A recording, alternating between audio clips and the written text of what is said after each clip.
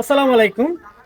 প্রিয় সবুজ মনা ভাই বোনেরা, দেশি ভ্যারাইটিগুলার এই জাত নির্বাচনের ক্ষেত্রে আমরা অনেকটা কষ্ট করতে হয়।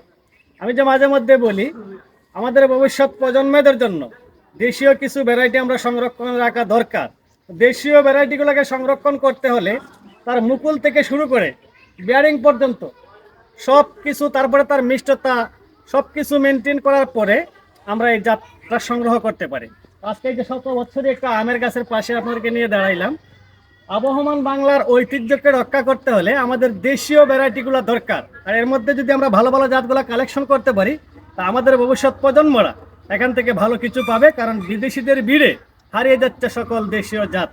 প্রিয় ভাই, আপনারাও এইভাবেই আপনাদের অঞ্চল থেকে দেশীয় ভ্যারাইটিগুলোকে সংরক্ষণ করার জন্য এখন থেকে গাছগুলো নির্বাচন করা শুরু করেন। গাছে কিরকম মুকুল হয়েছে, তারপরে কিভাবে গুটি, কিভাবে কড়া সইতে পারে কিনা, ঝড় তুফান সইতে পারে কিনা, এগুলা সব নির্বাচন করার পরে সেখান থেকে একটা জাত নির্বাচন করে অঙ্গজ প্রজননের মাধ্যমে বংশ বিস্তার করে আমাদের আগামী ভবিষ্যৎ প্রজন্মদের জন্য একটা স্মৃতি রেখে যাবেন। ভালো থাকবেন। আল্লাহ হাফেজ।